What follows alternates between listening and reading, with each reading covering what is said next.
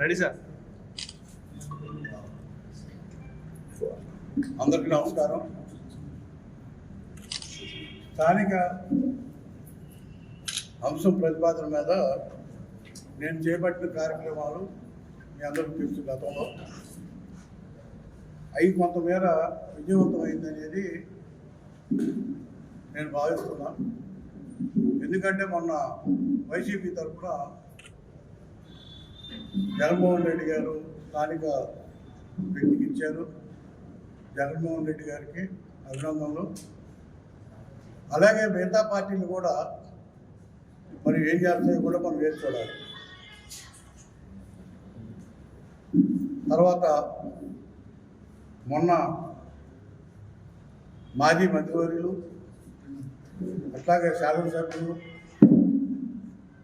ఇప్పుడు ఉన్నటువంటి జిల్లా మన స్థానిక మంత్రి గారు ముగ్గురు కూడా ప్రెస్ మీట్లు పెట్టారు. ప్రజల ముందు మీ అందరికి కూడా తెలుసు. వారు ఫస్ట్ ఉమాగారి గురించి మాట్లాడుకున్నాం. మరి మాజీ మంత్రివర్యులు ఉమాగారు ఆ రోజు ముఖాముఖి అనే కార్యక్రమం పెట్టి ఆ ముఖాముఖి కార్యక్రమంలో ఆ పార్టీనే ప్రశ్నించుకునే పరిస్థితికి వచ్చారు. ఆయన 100 కోట్లు ఉంటేనే పార్టీ టికెట్ అని ఒక పక్కన పార్టీ. ఆ తర్వాత స్థానిక శాసనసభ్యుడు నేను మంత్రిగా ఉన్నప్పుడు ఇసుక ఇదంతా కూడా కొన్ని లక్షల లారీలు తోలుకున్నారు, కొన్ని కోట్ల రూపాయలు సంపాదించారు, హైదరాబాద్ తరలించారు, అమ్ముకున్నారు, దానికి నేను సహకరించాను అని చెప్పి ఒప్పుకున్నాను డైరెక్ట్గా. ఆ తర్వాత మరి వీళ్ళిద్దరికీ వాటాల దగ్గర ఎక్కడ తేడా వచ్చిందో మనకు తెలియదు. కానీ ఆ తర్వాత మన మైలవరంలో పార్టీ వారు ఇద్దరు పోటీలు చేసుకుంటాం. మనకు 5 సంవత్సరాలు కూడా మరి వాళ్ళు చేసినటువంటి అభివృద్ధి ఏంటో మాజీ మంత్రివర్యులు చెప్పాలి. అట్లాగే తర్వాత ఆయన చేసినటువంటి అవినీతిని ప్రోత్సహించినప్పుడు మరి జలవనరుల శాఖ మంత్రిగా ఉండి మరి ఇసుక తరలిస్తే మరి ప్రజలందరూ ఇబ్బంది పడాల్సిందే కదా. రేపు భూగర్భ జలాలు మరి ఇంకిపోయి మరి ప్రజలు ఎక్కట్టుపడాల్సిందే. మరి అది ఆ మాత్రం తెలియదు ఆ మంత్రివర్యులకి. అలాగే శాసనసభ్యులు నేను శాసనసభ్యుడైన తర్వాత ఈ నియోజకవర్గంలో నేను మంత్రి గారు ఎమ్మెల్యే గారు చెప్పాను, కొన్ని లక్షల లారీలు మట్టి తల్లిపోతూ ఉంది. ఇక్కడ మీరు అడిగిన క్వశ్చన్కి కాళ్ళు తెచ్చుకుంటే కాళ్ళదాలు పడుతుందని చెప్పారు. గత 6 నెలల ముందు కలెక్టర్ గారికి లెటర్ పెట్టారు. అసలు మట్టి ఎవరి దొరికి వెళ్ళారు బహిరంగంగా చెప్పాల్సిన బాధ్యత నాకు కాదు. ఒక ప్రజాస్వామ్యవాదిగా, గతంలో ప్రజాప్రతినిధిగా, ఇక్కడ అభివృద్ధి చేసినటువంటి వ్యక్తిగా నేను ప్రజల తరపున నేను అడుగుతున్న వారిని ప్రజలకు సమాధానం చెప్తాను. వారు ఏ రకంగా అవినీతిని ప్రోత్సహించారని వీరు కూడా ఒప్పుకున్నారు. అంటే అధికార పార్టీలో ఉంది వీళ్ళు వ్యాపారాలు చేసుకుంటానికి, తప్పు చేసే వాళ్ళకి సహకరించుకోవడానికే ఉన్నాం అనేది చెప్పారు. చెప్పింది కాకుండా నేను కార్యకర్తల కోసం మట్టి ఇప్పించాను అని చెప్పారు. ఆ మట్టి ఎవరికి ఇప్పించారు ఆ పేర్లు కూడా బహిర్గతం చేస్తే బాగుంటుంది. అంటే నీ అన్యాయాలకి ఎంతమందికి ఇప్పించారు, పార్టీ నుంచి మొట్టమొదటి నుంచి కష్టపడినటువంటి వ్యక్తులుగా మీ అన్యాయులుగా ఆ పేర్లు బయటపెట్టారు. ఇప్పుడు కూడా వేల ట్రక్కులు మట్టి తోటలో పెట్టుకున్నారు వాళ్ళ అన్యాయం, అది బహిర్గతం చేయాలి. అట్లాగే మట్టి ఎవరు దొరికేదారు అనేది కూడా బహిర్గతం ప్రజలకు చెప్పాలి. అట్లాగే కాంట్రాక్ట్ ప్రభుత్వం బిల్లులు ఇవ్వడం లేదు, నేను అందుకే బాధపడ్డాను అని చెప్పి ముఖ్యమంత్రి గారికి సంబంధించిన సామాజిక వర్గాన్ని వారు చెప్పడం జరిగింది. నేనేమడుగుతున్నానంటే వారు ఆ రోజు ఏ సామాజిక వర్గాలకు ఇప్పించారు, ఆ సామాజిక వర్గాల్లో నీ బంధువులు ఎంతమంది ఉన్నారు, నీ అన్యాయులు ఎంతమంది ఉన్నారు, వాళ్ళు ఎన్ని బిల్లులు డ్రా చేశారు, ఆ బిల్లు అది కూడా బయట పెట్టారు. ఎందుకంటే పేదల పేరుతో ఇళ్ల పట్టాల పేరుతో స్థలాలు కొనడం కానీ, ఆ స్థలాలు ఉపయోగం ఉన్నాయా నిరుపయోగంగా ఉన్నాయా, ఆ స్థలాల్లో అదే డబ్బు పెట్టుకుంటే మెరక పొలాలు చాలా దొరుకుతాయి. ఆ మెరక పొలాలు వదిలిపెట్టి పళ్ళ పొలాలు కొని దూరంగా వెళ్ళి కొని తక్కువ ఖరీదు ఎక్కువ రేటు పెట్టుకొని మట్టి దోలాలను మళ్ళా ఖర్చు పెట్టి దానికి కూడా వారు సొంత మనుషులు పెట్టుకున్నారని అభియోగం ఉంది. నేను చెప్పేది కాదు, ఇవన్నీ పత్రికల్లో వస్తున్నాయి. ఇవన్నీ కూడా మరి సోషల్ మీడియాలో కానీ నాయకులు విమర్శించుకునే దాంట్లో కానీ మరి ఎమ్మెల్యే గారు, మాజీ మంత్రివర్యులు, ప్రజెంట్ ఉన్న మంత్రి గారు కూడా ఇవన్నీ కూడా బహిర్గతం చేశారు. మరి ప్రజాప్రతినిధులు అంటే ప్రజాస్వామ్యవాదులుగా ఇదేనా వీళ్ళు చేసేది? మరి ఈ రోజున బిల్లు రాలేదనుకున్నప్పుడు మరి మీరైతే ఏదైతే డబ్బుల్ని అన్యాయం బిల్లులు తయారు చేశారో ఆ బిల్లులు మరి ముఖ్యమంత్రి గారి సామాజిక వర్గం పేరు చెప్పావు కదా, ఆయన ముందు 7 కోట్లు 6 కోట్లు ఉందని చెప్తావు, తాత మాట అమ్మిన పొలం అమ్మానని చెప్తున్నావు. మరి అమ్మినప్పుడు నువ్వు 50 కోట్లు 100 కోట్లు డ్రా చేశారు మీరు, మరి అవి ఇవ్వచ్చుగా. పొలం ఇచ్చుకునే పరిస్థితి నువ్వు నిజంగా కార్యకర్త మీద ప్రేమ ఉన్నప్పుడు ఆ డబ్బు ఇవ్వాలి కదా, వారికి పొందించాలి కదా. ఒకవేళ ఆ డబ్బు రాకపోయినా ఇది ఇవ్వాలి కదా.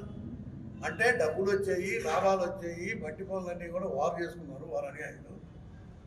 పనికిరాని సిమెంట్ రోడ్లో లేకపోతే డబ్బులు రాని అనుకున్న బిల్డింగ్లో ఇట్లాంటివన్నీ కూడా వేరే వాళ్ళకి చెప్పారు. ఇది వాస్తవం అవునా కాదా ప్రజలకి చెప్పాల్సిన బాధ్యత ఎమ్మెల్యే గారు. అలాగే వారు మొన్న మట్టి గ్రావెల్ కూడా తోలికెళ్తాం వారు చెప్పింది. అట్లాగే ఇబ్రహీంపట్నం బూడిద ఇబ్రహీంపట్నంగా మార్చేశారు. ఒకప్పుడు బూడిద బీటీపీఎస్ వాళ్ళని తరలించేవాళ్ళు అవసరాల కోసం బయటికి. వాళ్ళు తరలించలేక అక్కడ ఉన్నటువంటి స్థానికుల్ని పక్కన ఉన్నటువంటి గ్రామాల్లో మీకు అన్ఎంప్లాయ్మెంట్ పోతాము, మీరు లారీ కొనుక్కోండి, బూడిద మీకు ఫ్రీగా ఇస్తాము, మేమే తొక్కులైలు పెట్టి తోలుతామని చెప్పారు. వాళ్ళతో లారీలు కొనిపించారు. దాదాపు 300-400 మంది లారీలు కొనుక్కున్నారు. అక్కడ లారీల మీద బతికేంటి వాళ్ళు వర్కర్స్. ఆ లారీలు వదిలిపెట్టి ఈ రోజున స్థానికులందరూ కూడా వదిలిపెట్టి వారు ఈ రోజున తీసుకొచ్చి వారు సొంత మనిషిని పెట్టుకొని 100 రూపాయలకి తొక్కులైతో నిండే లారీకి 3,000 రూపాయలు వసూలు చేస్తున్నారు. 3,000 రూపాయలు. మరి ఈ డబ్బు అంతా ఎక్కడికి వెళ్తుంది? ఈ డబ్బు ఎవరు తీసుకుంటున్నారు? దీనికి కూడా ప్రజలకు సమాధానం చెప్పాల్సిన బాధ్యత వారికి ఉంది. అది కూడా మీకు సంబంధం లేదా? మీ ఇన్ఛార్జీలు దోపిడీ చేస్తుంటే ఇప్పుడు మైలవరం ఉదాహరణకి ఇన్ఛార్జ్ ఉన్నాడు ఒక వ్యక్తి, వాళ్ళ మనిషి. ఇక్కడ గ్రావెల్ అమ్మేది ఆయనే కదా. ఇప్పుడు మాకు పర్మిషన్లు ఇప్పించామని చెప్పాడు ఆయన. ఎవరు? ఎమ్మెల్యే గారు. ఎమ్మెల్యే గారు ఇప్పించినప్పుడు ప్రభుత్వానికి బైండింగ్ కడుతున్నారా? మీరు ఇచ్చే పర్మిషన్లు ప్రజలకు సమాధానం చెప్పాలి. ప్రభుత్వ సొమ్ము దుర్వినియోగం జరుగుతుందా? అట్లాగే లెక్కరం కరోనా వచ్చినప్పుడు లెక్కర్ షాపులో లెక్కర మొత్తం లేపేశారు. మనకు తెలంగాణ బోర్డర్ పక్కన ఉండటంలో వాళ్ళ అన్యాయులు లారీలు తీసుకొచ్చి విజయవాడ సప్లై చేసి కోట్ల రూపాయలు కట్టించారు. ఇక్కడ లోపల కూడా సప్లై చేశారు. ఆ రోజు మీరు ఎవరు మాట్లాడతారు? ఇవాళ వాళ్ళ తగాదాలు వాళ్ళ పంపకాల్లో తేడా వచ్చేటప్పటికి రోడ్డెక్కి ప్రజల ముందు సానుభూతి పొందాము, వాళ్ళు ఒకళ్ళు ఏడవటం, ఒకళ్ళు నేను తోపునని చెప్పుకోవటం, ఇంకొకళ్ళు రకరకాలుగా చెబుతున్నారు.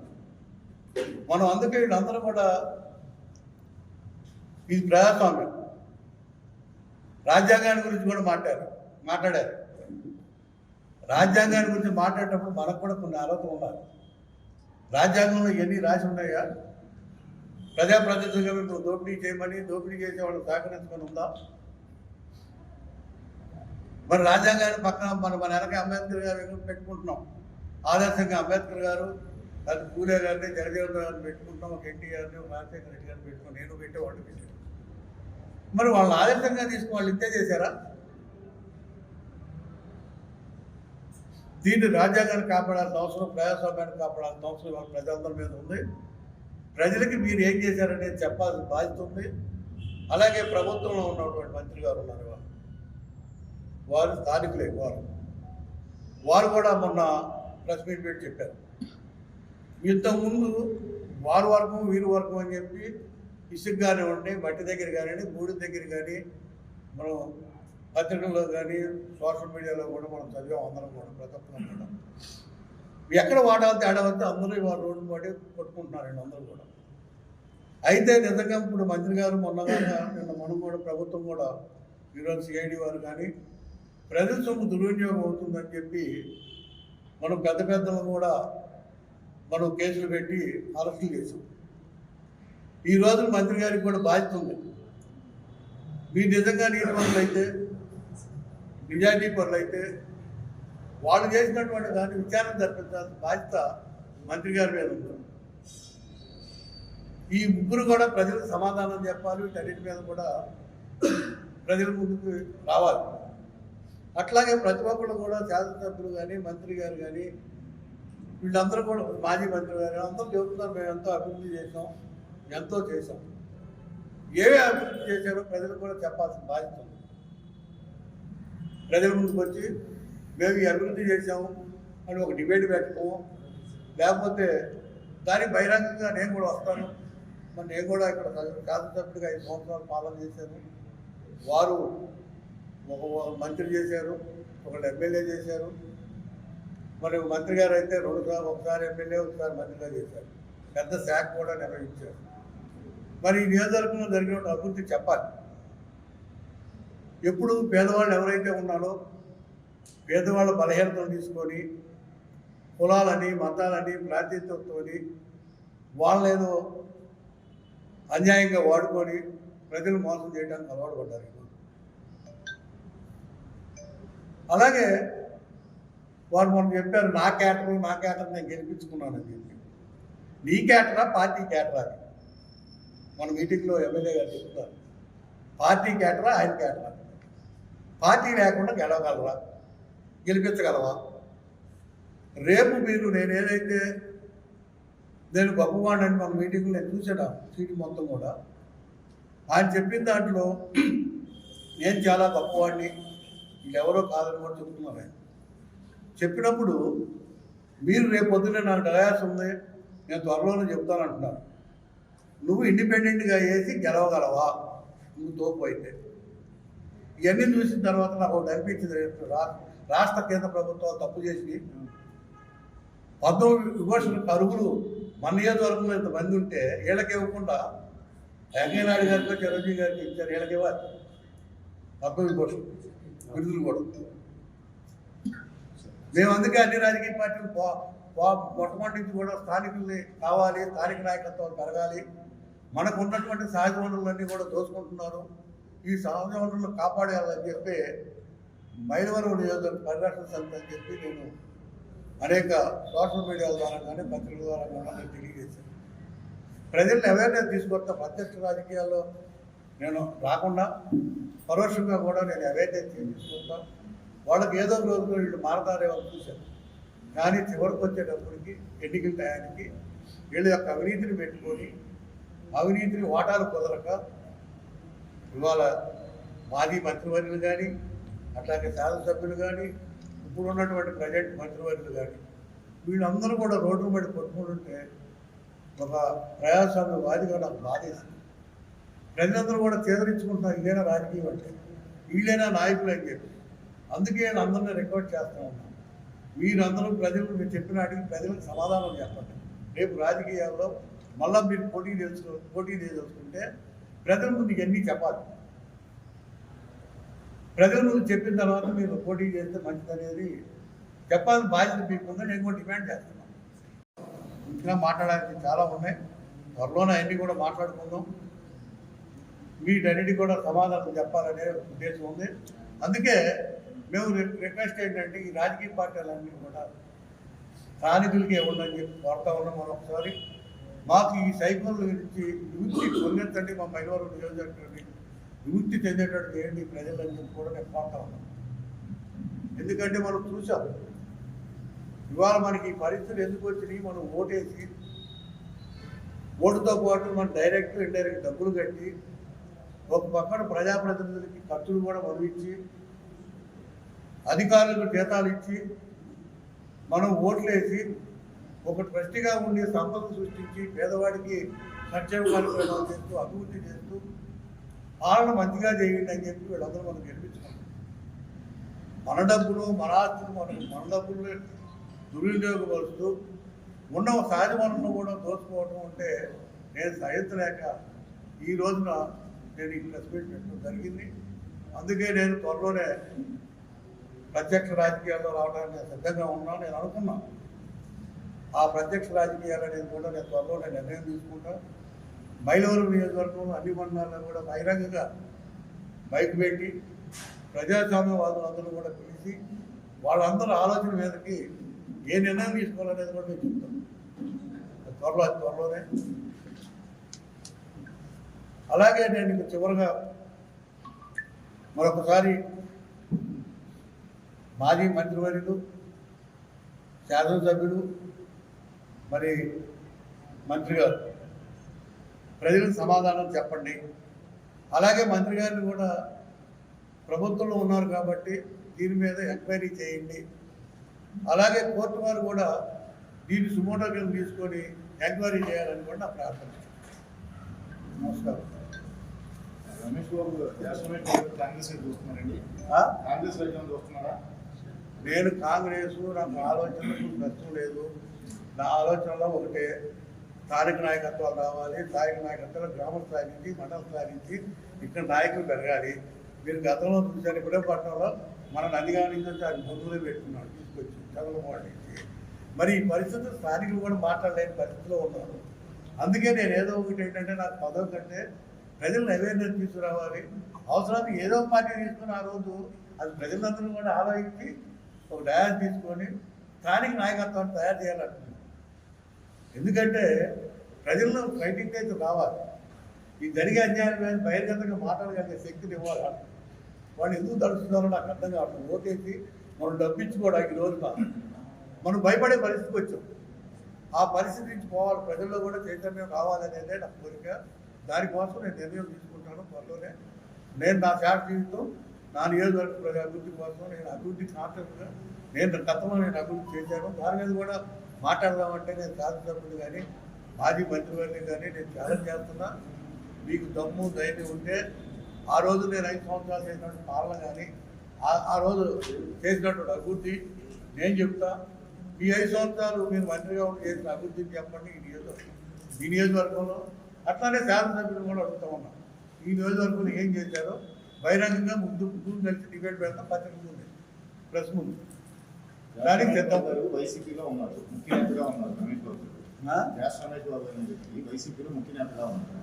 స్థానికులకు ఇచ్చారని చెప్పి జగన్మోహన్ రెడ్డి గారికి ధన్యవాదాలు చెప్తున్నారు. మీరు ప్రత్యక్ష రాజకీయాల్లో నేనేమంటానంటే నేను వైసీపీలో లేదు. దయచేసి ఇక్కడ ఏంటంటే మొట్టమొదటి నుంచి నేను 99 తర్వాత నేను ఒక కాంగ్రెస్ పార్టీకి ఆ రోజు స్థానికులు కావాలని జగన్మోహన్ రావాలని గెలిపించాను. నేను ఆ రోజు ఇవాళ కాదు నా పోరాటం. నన్ను తొలగించిన తర్వాత నా స్థానంలో స్థానికులు ఉండాలనేది నా కోరిక. నేను పెద్ద ఆయన మీద గెలిచినా కూడా నేనే ఆయన్ని అడిగి మీరు నిలబడండి అని చెప్పి నేను రిక్వెస్ట్ కూడా చేశాను. నేను చేస్తాను ఒప్పుకొని నేను ఆ రోజు చేశాను. అలాగే నేను ఈ రోజు కూడా నేను చెప్పేది ఏంటో ఆ రోజు నుంచి కూడా నేను పార్టీని ఆ రోజు వైఎస్ఆర్సీపీ కానీ తెలుగుదేశం కానీ పునాది నేనే చేశాను. మీ అందరూ తెలుసు. ఇవాళ దాని మీద వీళ్ళందరూ ఎవరు చేసిన పని అదొక బాధ. నేను వైసీపీ కూడా నేనే చేసింది, మీ అందరికీ తెలుసు. జెండా కట్టిన దగ్గర నుంచి అన్నీ కూడా. అందుకని నేను ఆ పార్టీలో నేను ఎప్పుడు కూడా ఏ పార్టీ కూడా నేను చేయటం, ఆ పార్టీని గెలిపించడం, ఆ పార్టీ గెలిపించిన పార్టీ తప్పు చేస్తే నేను క్వశ్చన్ చేస్తాను. వాళ్ళకి బాధ అనిపిస్తున్నప్పుడు నేను దాని జోలికి వెళ్ళను. ఎందుకంటే మన మాట ఏంటని చెప్పి నేను పరోక్షంగా ఉన్నాను కాబట్టి నా పని నేను చేసుకుంటూ కొనసాగించుకుంటూ వచ్చాను. కానీ ఏ రోజు నేను చేసిన ప్రతి పార్టీ అధికారంలోకి వచ్చింది. ఆ రోజు నేను తెలుగుదేశం అంటే తెలుగుదేశం వచ్చింది, వైసీపీ చేస్తే వైసీపీ చేసింది, గెలిచా. ఏ రోజున నేను పదవి తీసుకున్నానా? ఏ రోజున పదవి కోసం తాపత్రయపడ్డానా? లేదు. వాళ్ళ గేట్ల దగ్గర నేను ఇప్పుడు కనపడ్డానా? లేదు. నేను ఏదైనా వ్యాపారం కోసం పదవి కోసం అప్పుడు తిరిగానా? మీరు ఒకటి ఏదైనా ఉంటే మొత్తం చెప్పండి. ఇప్పుడు ఇరు పార్టీలు కూడా ఒకవేళ స్థానికంగా కనుక సీట్ కేటాయించి కనుక చేస్తే రాజకీయ నేను రాజకీయంలో నేను చెప్పా కదా, నా పాత్ర నాకుంది. నేనేమంటానంటే నా పాత్ర నాకుంది. నేను ఏదో డయా తీసుకొని స్థానిక నాయకత్వం పెంచాలి. స్థానిక రాబోయే రోజుల్లో నియోజకవర్గంలో నాయకులు తయారు చేయాలి. స్థానికంగా ఉన్నటువంటి నాయకుల్ని ఆ పాత్ర తీసుకుంటానన్నా. ఆ పాత్ర రేపు ఉన్న దాంట్లో మరి సమర్థులు మన నియోజకవర్గానికి ఉపయోగపడతాడు తప్పకుండా నేను చేస్తూనే నేను ఏదో డయా తర్వాత డయా తీసుకుంటాను. వాళ్ళు సపోర్ట్ చేస్తారు, పక్కగా మీరు నిలబడతారు. అది నేను చూస్తానని చెప్పేది అంత ప్రజల ఆలోచన. నేను ఇవాళ చెప్పలేదు అవన్నీ కూడా. నేను అనేది ఎన్నో పేరు తీసుకుని ఖాయం. నాకు కావాల్సింది నియోజకవర్గ అభివృద్ధి, నియోజకవర్గం నాయకత్వం పెరగాలి, సహజ వనరులు దోపిడీ అరికట్టాలి. రేపు బిడ్డలు మన భవిష్యత్తుకు కూడా బంగారు బాట వేయాలి.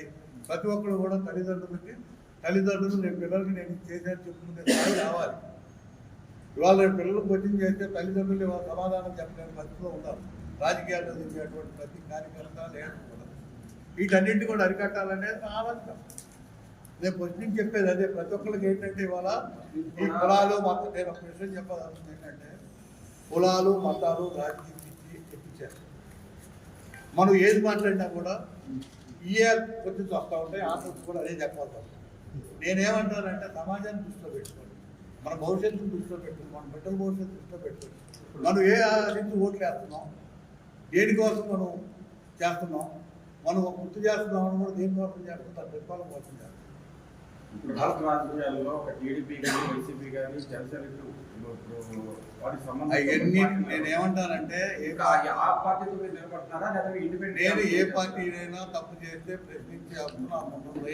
ఇరు పార్టీలు కూడా స్థానికులకే సపోర్ట్ చేశారు కదా, మీరు ఎలా ఎవరు సపోర్ట్ చేస్తారు? నేను స్థానిక నేను గౌరవిస్తాను.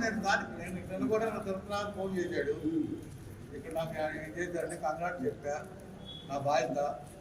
ఆయన కూడా అడిగిన నాకు బాధ్యతలు ఉన్నాయి బాబు, నేనేం చేయాలో నాకు టైం ఉంది, నేను చాలా ఆలోచించుకోవాల్సిన టైం ఉంది, అన్ని పార్టీలు కూడా రావాలి, ఎవరెవరు ఏం చేయాలి, నువ్వు ఆల్ ద బెస్ట్ అని చెప్తాను. ఇప్పుడు మన బాధ్యత ఆటోమేటిక్. నేను ఇవాళ బుధాలు వేసుకొని జెండాలు వేసుకునే పరిస్థితి లేదు. ఒకవేళ అట్లా చేయాల్సి వస్తే కొత్త పార్టీ తీసుకొని చేస్తాను. ఎట్లా అంటే నేను నాయకత్వం తయారు చేయాల్సిన ఆలోచన బాధ్యత నాకు. నేను దానికోసం నేను పోరాటం, నా పోరాటం అనేది ఇంపార్టెంట్. నేను దాంతోపాటు స్థానికులకు ఇబ్బంది లేకుండా ఈ కేసులు మనం చూశారు. నేను ఎప్పుడూ ఒక కార్యకర్త మీద కేసు పెట్టలేదు అని చెప్పి తెలుగుదేశం వాళ్ళ మీద మన వైసీపీ కూడా కేసులు పెట్టారు. దీనికి రేపు పార్టీలో చేరి ఏం సమాధానం చేస్తారు వీళ్ళందరూ?